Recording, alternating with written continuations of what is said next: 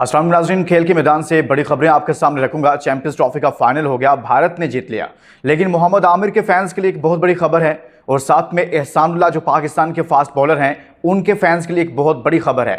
दौरा न्यूजीलैंड के लिए इस वक्त लाहौर में एक कैंप चल रहा है, ट्रेनिंग कैंप, और इस हवाले से एहसानुल्लाह से मुतलिक आपके साथ खबर शेयर करूंगा।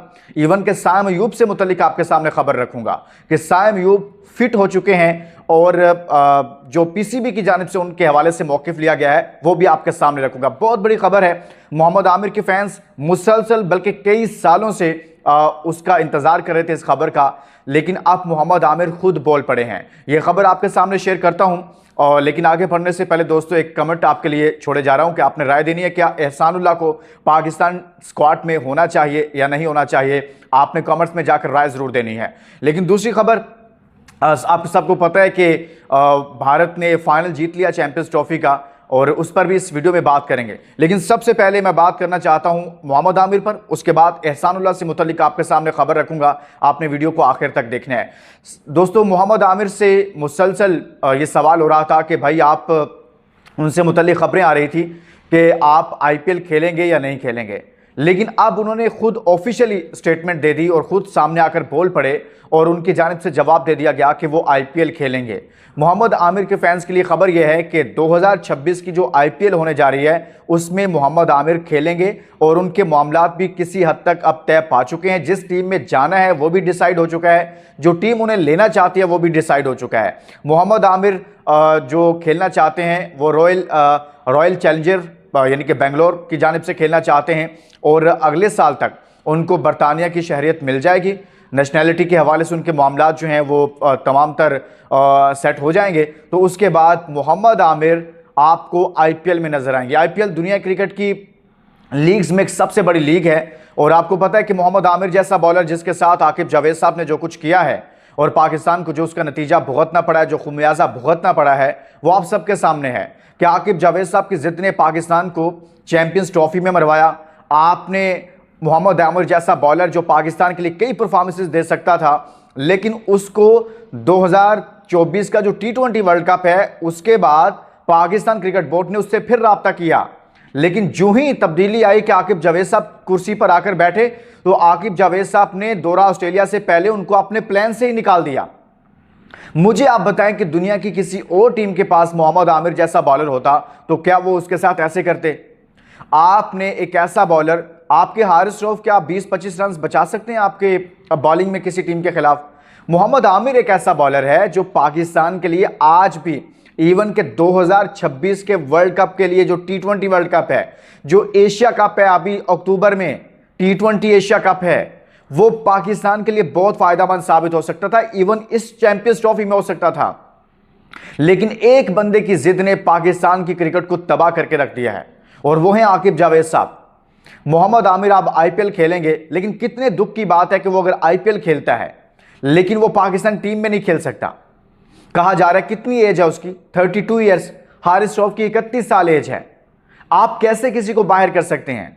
आप उनकी इकोनॉमी देखें, उनकी एवरेज देखें, उस बंदे की, उस बंदे को मारनी पड़ती है। आपको शर्म आनी चाहिए कि आप पाकिस्तान की क्रिकेट के साथ क्या खिलवाड़ कर रहे हैं। कौन सा आपके पास ऐसे बॉलर्स हैं? क्या नसीम शाह को मारनी पड़ती रही? क्या शहीन शाह अफरीदी को रन्स नहीं पड़ रहे? क्या आपकी रन्स मशीन जिसको आप बहुत बैक करते हैं, आकिब जावेद साहब, हारिस रऊफ साहब, क्या परफॉर्मेंसेज हैं उनकी? आपने देखा नहीं है कि हारिस रऊफ को कितना फेंटा पड़ता है? सबसे ज्यादा मार खाने वाला बॉलर है, और फिर आपने चैंपियंस ट्रॉफी में भी इसी तरह से मरवाया, जिद की। मैं आपके सामने एहसानुल्लाह से मुतल्लिक खबर रख देता हूं। एहसानुल्लाह जो काफी लंबे अरसे से, आपको पता है, वो इंजर्ड हुए, फिर क्रिकेट बोर्ड ने कहा कि हम रीहैब करवा रहे हैं, उनका रिहैबिलिटेशन चल रही है, लेकिन एहसानुल्लाह का रीहैब ठीक नहीं करवाया गया। मेरे साथ टीवी शो में उन्होंने कहा कि भाई मैं कुछ नहीं मांगता, मुझे मेरा पर्सनल डॉक्टर, एक नाम था उनका, मुझे याद नहीं है, वो दे दे, मैं आपको फिट होकर बता दूंगा, मैं 150-55 की पेस के साथ बॉल करके आपको दिखाऊंगा, लेकिन मुझे आप वो दे दें। अब हुआ यह कि खुदा करके दोस्तों, एहसानुल्लाह को पाकिस्तान क्रिकेट बोर्ड ने दोबारा से तलब कर लिया। दौरा न्यूजीलैंड के लिए जो लाहौर में ट्रेनिंग कैंप चल रहा है वहां पर उनसे बॉलिंग करवा रहे हैं। उस ट्रेनिंग कैंप में हसन अली भी आए, वो भी बॉलिंग कर रहे हैं।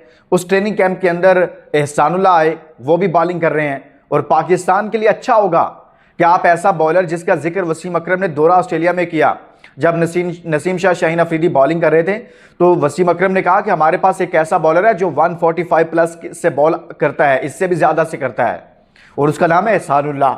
लेकिन बदकिस्मती से पाकिस्तान क्रिकेट बोर्ड ने, देखिए लोग लड़के आकर आते हैं, पढ़े लिखे नहीं होते क्रिकेट में बहुत ज़्यादा, गाँव देहातों से बहुत सारे आते हैं, और यहाँ पर जो लोग बैठे हुए हैं वो बहुत सियासी लोग बैठे हुए हैं, और वो लोगों को ऐसे ट्रीट करते हैं जैसे कि ये हमारे ग़ुलाम हैं।